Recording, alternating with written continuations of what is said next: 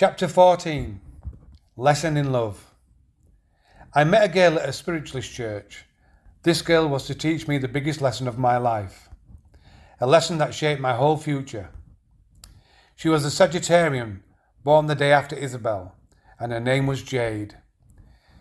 Jade was a woman who generally got what she wanted from men. I explained to Jade from the very beginning that I loved and missed Isabel. I expressed that I would wait for Isabel, like I had promised to, no matter how long it would take. Over time, I even shared with Jade the guidance that I had received, encouraging me to wait for Isabel, just to clarify our situation. I openly told Jade that I did feel lonely and missed not having company. Jade and I began meeting on a regular basis, and our relationship, unlike my other recent relationships, soon became intimate, or should I say sexual. I still maintained that I was waiting for Isabel, but my time with Jade helped me to cope. I wasn't aware at the time how needy and vulnerable Jade and I were. However, we were both pretending to be the opposite. We spent lots of time together and had lots of fun. I would often have pangs of guilt about being with Jade, and the guilt brought thoughts of Isabel. However, Jade met some of my needs, so I carried on with our relationship. Jade was so attentive and caring, yet due to my guidance and the strong attachment that I had for Isabel, I didn't wish to settle for Jade, and settling is what it felt like to me. I sensed that Jade was becoming too attached. With hindsight, I myself often felt confused about how I truly felt. I began to question whether or not I should stay with Jade or to wait for Isabel. When I felt needy for love, I wanted Jade. But once I had levelled out, I knew that I wanted Isabel. The mixed messages that I gave off must have been infuriating. Yet at the time, I was totally unaware of the fact. My need was controlling my decision making, and so I carried on. I received many pictures from my spirit guides warning me of the situation, but I ignored them to continue meeting my need. The turning point was the day that I finally nailed my colours to the flagpole. I explained to Jade in very plain English that I was still waiting for Isabel and that no one could change my mind. I also said that I felt that she, Jade, had some idea that she could be the one to change my mind. Understandably so, looking back at the mixed messages that I was giving off. Jade insisted that she understood the situation and said that she was happy to continue the way we were. However, from that day on, something changed between Jade and I. Neither of us were aware of the consequences of carrying on with our relationship. We still met up, spoke to one another, and engaged in intimacy, but deep down, the karma was building. It was not until some months later that I realised what was truly happening between us. Around this time, I often received a picture of a set of golf clubs in my mind's eye. This picture was shown to me on so many occasions, and eventually, after concentrating on the picture for some time, I finally realised that the golf bag had no woods in it, only irons. I felt that I was being guided to the woods for some reason. Question: why was that, and for what reason? One Friday evening, I went over to Jade's house. She was suffering from a bad cold, so we stayed in the house for the whole weekend. By Sunday morning, I had got the cold, and Jade had totally recovered. I finally began to realise that something strange was happening between Jade and I, something that I didn't truly understand. I decided to go home and give it some thought. On the way there, I met up with Marcus, an acquaintance of Tessa's. Marcus was a very clever guy, and he reminded me of one of those wizards who lived in the mountains. The sage that the adventurers searched out for, looking for guidance, like Phineas, the blind character from Jason and the Argonauts. I said hello to Marcus and inquired about what he'd been up to, because believe me, he was always up to something.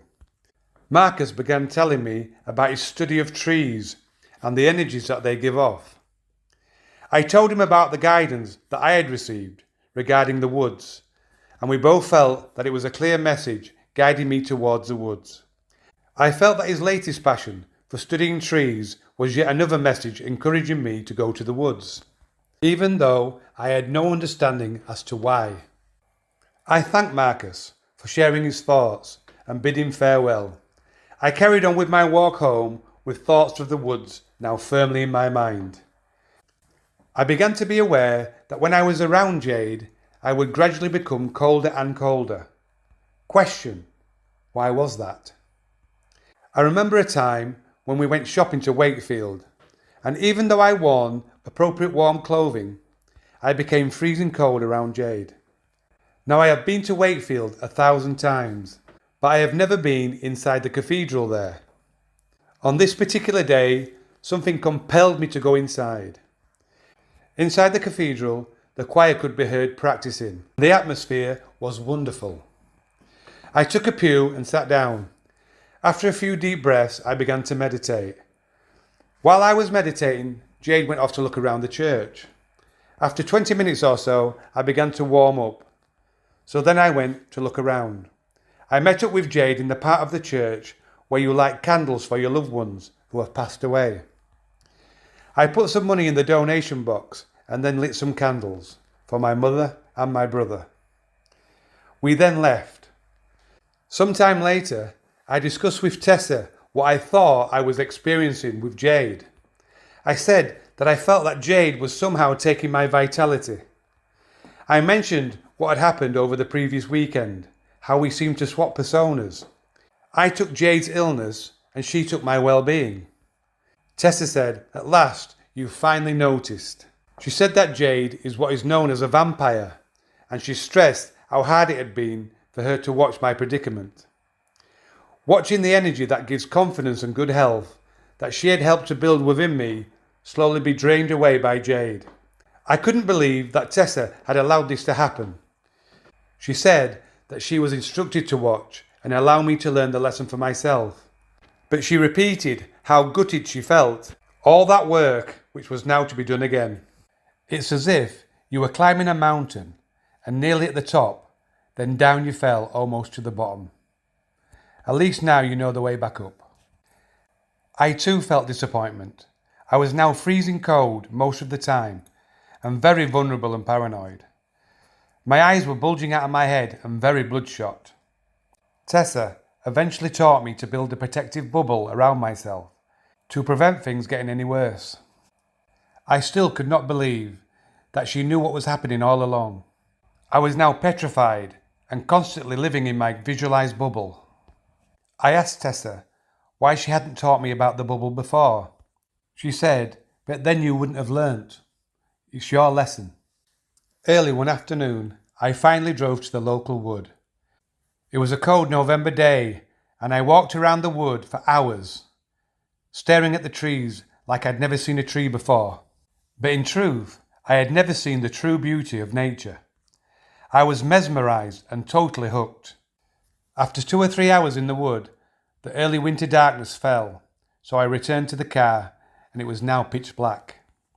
I sat in the warm car, looking through the windscreen, taking my final look at the trees in front of me. The trees were lit up by my car headlights. Then out of the blue, and for no obvious reason, I decided to take a photo of the trees on my mobile phone. And here it is, on the screen. Looking at the picture again, I noticed a small candlelight image at the side of the tree. The candle resembled the church candle that I had lit for my mother and my brother. And I just knew, without any doubt, that they had guided me to the wood for my own good. The wood became my second home, and my love for nature began to blossom. Thoughts of Swampy, the eco-warrior, one of the guys who lived in the treetops to prevent the contractors from cutting down the trees. He came to my mind, and I remembered that I had seen him on the news. I thought him to be some sort of madman, but now I got it. I understood his actions. I was beginning to see the importance of nature. Question: why did I feel much better after visiting the woods? I lived constantly inside a visualized bubble. My fear was polarized by my teacher's comments which eventually showed my teacher's own lack of awareness. Jade felt the difference in me, and she said that I had changed. I decided to be bluntly honest and tell her what Tessa had told me. I explained that I was merely protecting myself in my bubble. I really wish that I had known then what I know now. It would have enabled me to explain the situation in a much better way to her. However, at the time, I was living in fear. Fear that other people could affect me to such a devastating extent. Eventually, Jade and I parted. The fallout was acrimonious and very upsetting. We didn't associate with one another, and eventually she moved away. For me at least, the lesson had not yet offered its silver lining, and with it forgiveness. Eventually, the silver lining came to light, which finally allowed Jade and I to become good friends. Years later, I was invited to run a life awareness class in the village where Jade now lives. Jade and her husband were gracious enough to put me up for the night. I take this opportunity to thank Jade for the lesson that she brought to me. Living life in a visualized bubble didn't feel right to me, although it did work to prevent me from experiencing negative reactions to stressful situations.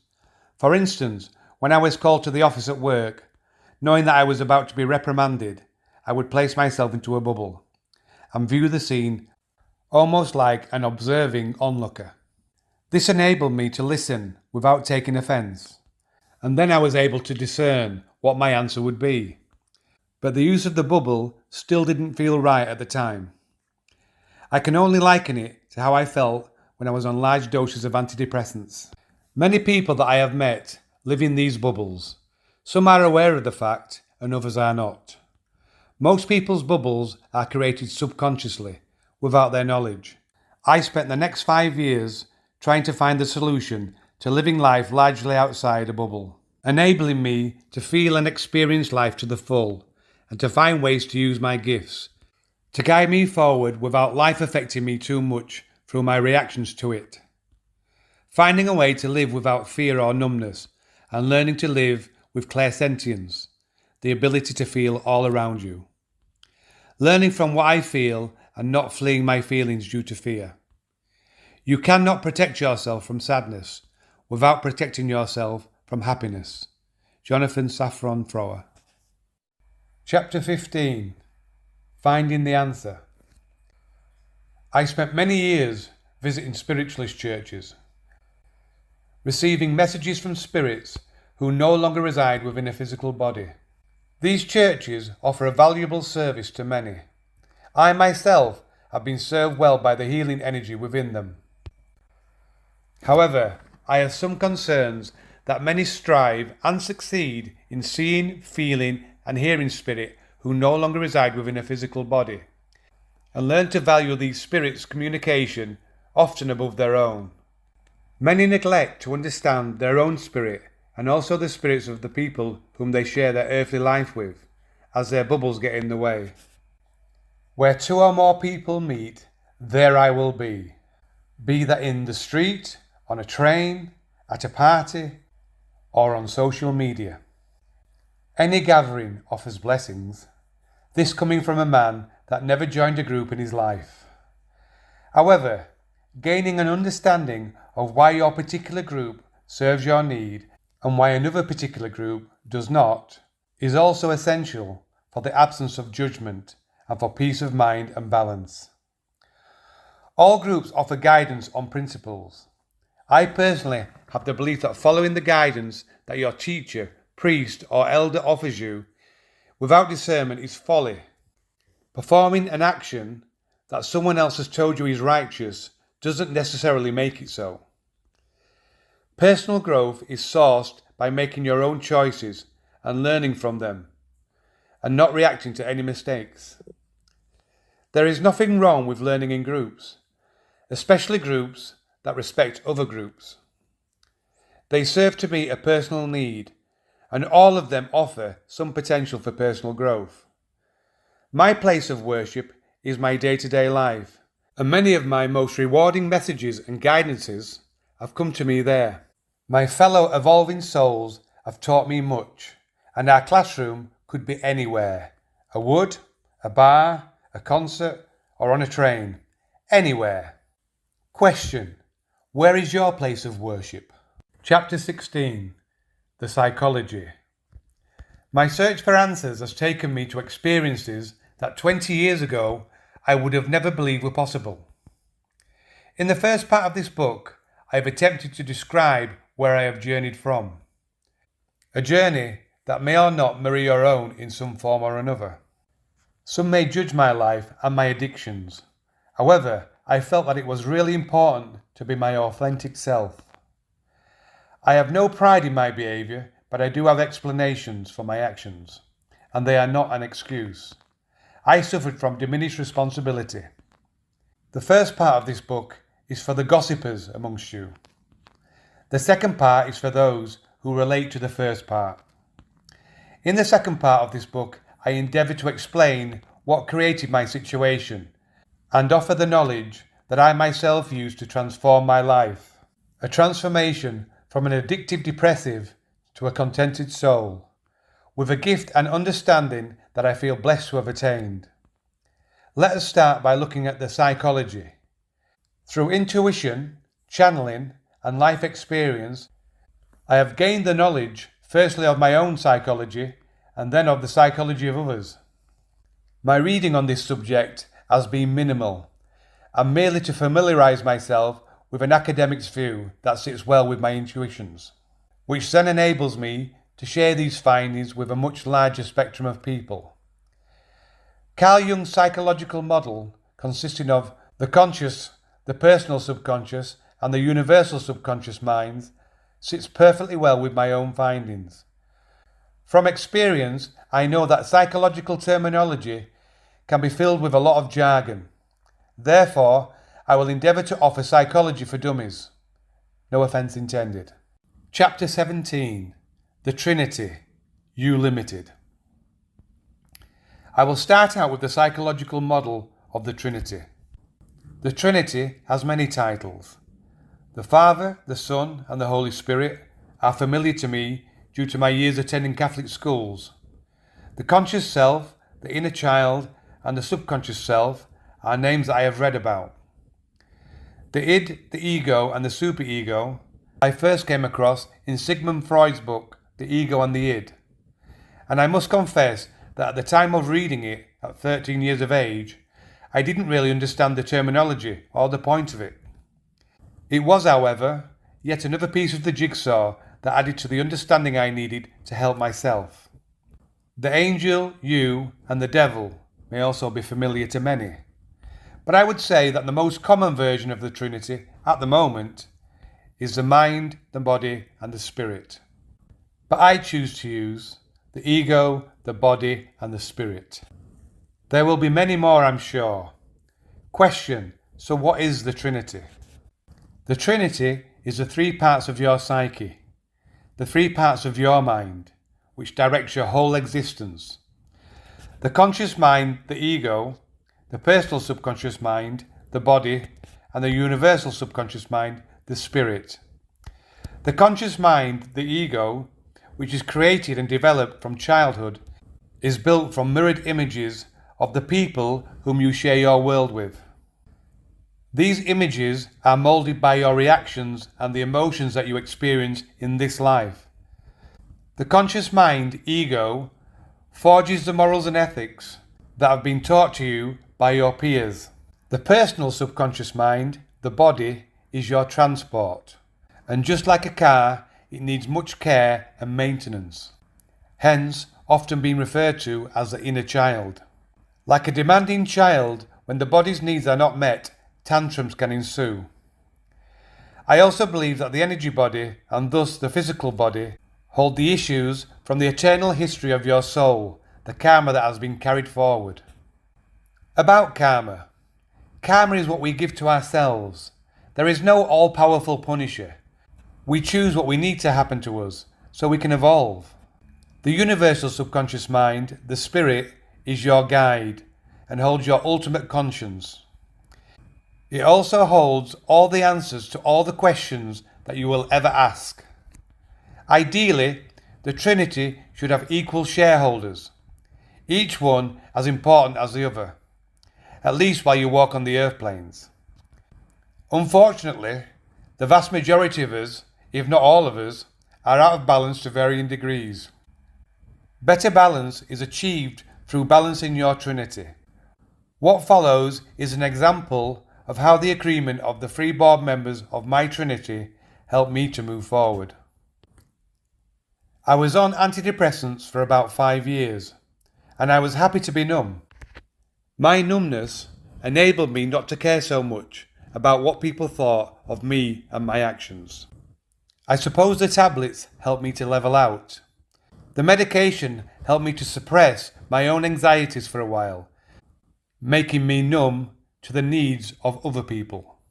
However, along with my anxieties, my positive feelings were also largely suppressed. So when the levelling out process was complete and my awakening had begun, I began seeking direction once more.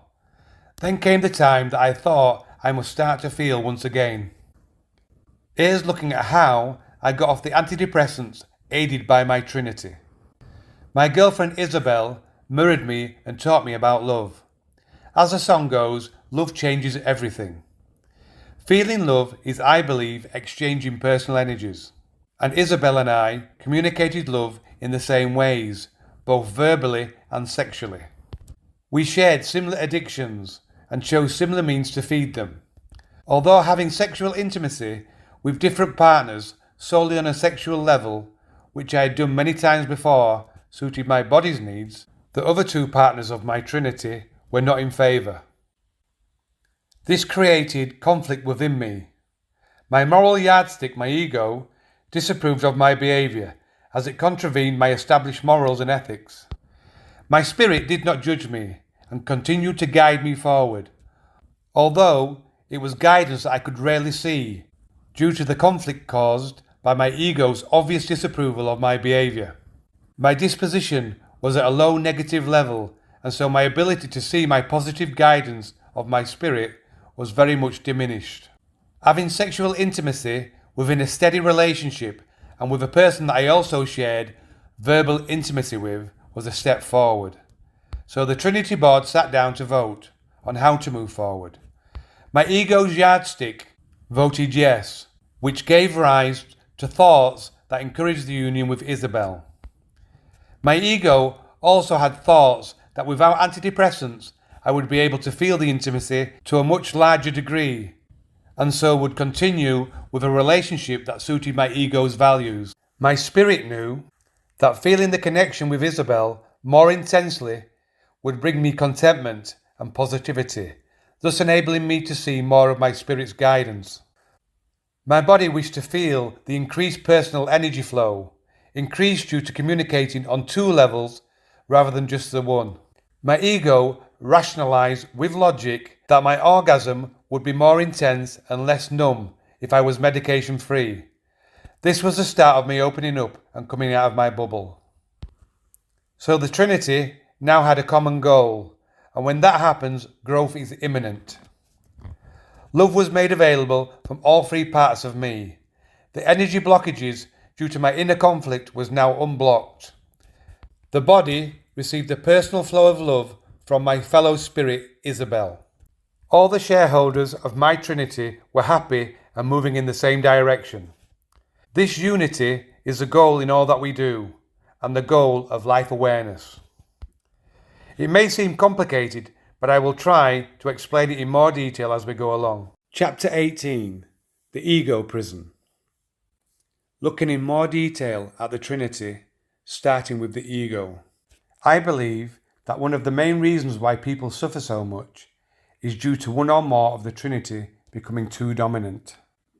When we are born, we are perfect in every way. We are aware of our environment and we are keen to learn. Initially, that environment is small, consisting of maybe mother, maybe father, maybe siblings or other caregivers. For the vast majority of us, this feels a safe and secure environment, with no fear, dread or worry. Even those of us born into what is judged to be a neglectful environment feel safe and secure initially. The reason for this universal feeling of contentment is that we exist in the moment. We have no notion of the past, the future, or of the ego prison. The present is peace, and therefore we have no preconceived idea of what life should be like. We have no input in our ego, no morals, no nothing. But almost immediately our families begin to teach us their way of existing, issues included. The attitudes being taught to our ego by the egos of those within our environment quickly places us in what I call the ego prison. The ego prison is living life as your adult conscious mind sees fit, and ignoring your body's needs and the guidance of your spirit, automatically following ego-formatted action, rather than taking guidance from all the instincts of your trinity.